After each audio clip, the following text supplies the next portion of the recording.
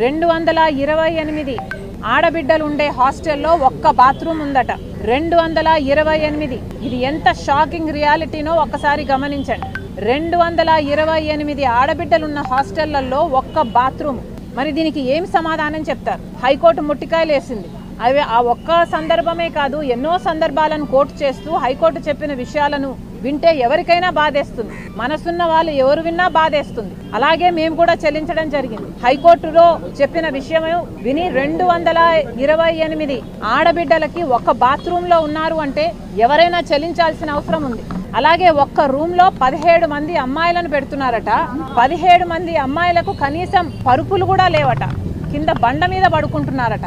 ఇలాంటి హాస్టళ్లలో ఉన్న పరిస్థితి, కనీసం తిండి సరిగ్గా లేదు, నీళ్లు సరిగ్గా లేవు, బాత్రూములు సరిగ్గా లేవు అని ఈ విషయాలన్నీ హైకోర్టు చెప్పింది.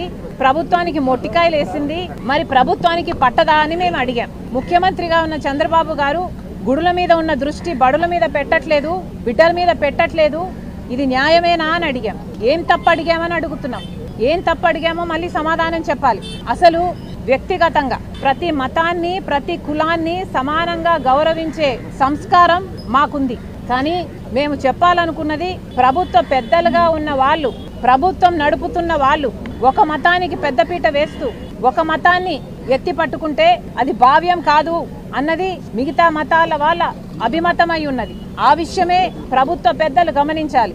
ప్రభుత్వ పెద్దలుగా ఉన్న వాళ్ళు గుడులు కడతాము అంటే మరి మసీదులు మరి చర్చిలు కూడా కడతాము అనే మాట్లాడాలి. ప్రభుత్వ పెద్దలుగా ఉన్న వాళ్ళు పురోహితులకు స్టైఫండ్ ఇస్తున్నాము అంటే అటు ఇమాములకు పాస్టర్లకు కూడా ఇస్తాము అని మాట్లాడాలి. లేకపోతే మిగతా మతాల వాళ్ళకి అభద్రతా భావం కలిగించిన వాళ్ళు అవుతారు. వాళ్ళ మనోభావం తెలిసిన వాళ్ళం కాబట్టే దాని గురించి మాట్లాడటం జరిగింది. దళిత వాడల్లో పెట్టాల్సిన శ్రద్ధ పెట్టడం లేదు. ఇలా హైకోర్టు ఒక తీర్పు ఇచ్చింది. మరి ఆ తీర్పు గురించి ఏం చేస్తున్నారు? దళిత స్కూళ్ళు కానీ, ఎస్సీ ఎస్టీ స్కూళ్ళు కానీ, బీసీ హాస్టళ్లు కానీ ఇలాంటివి ఏవి కూడా సరిగ్గా లేవు అని ప్రశ్నించడం జరిగింది. అదే ఈరోజు జరిగింది. వాస్తవానికి ఈరోజు ఇది ఒక నమూనా మాత్రమే. కానీ ప్రభుత్వము, చంద్రబాబు గారు, కూటమి సర్కారు అందరూ గమనించాలి. ఇదేదో మేము రాజకీయాల కోసం మాట్లాడటం లేదు. మేము మాట్లాడిందల్లా ప్రజల సంక్షేమం కోసం మాట్లాడ్డా. అదేదో పెద్ద నేరమైనట్టు, నేనేదో హిందువులకు వ్యతిరేకమైనట్టు ఎంత సోషల్ మీడియాలో ఎంతగా నన్ను దూషించారు, వ్యక్తిగతంగా ఎంతగా నన్ను దూషించారు, వ్యక్తిత్వ హననం కూడా చేశారు. ఒక నా గురించి కాదు, మా అమ్మ గురించి, మా నాన్న గురించి, నా భర్త గురించి, నా కొడుకు గురించి. మరి మీ సంస్కారం అంతా ఏమైపోయింది?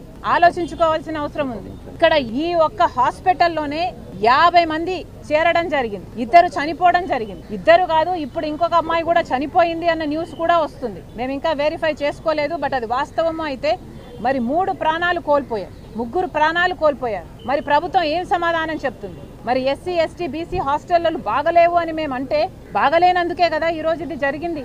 మరి ప్రభుత్వమైనా, చంద్రబాబు గారైనా, కూటమి సర్కారైనా ఏం సమాధానం చెప్తారో చెప్పండి.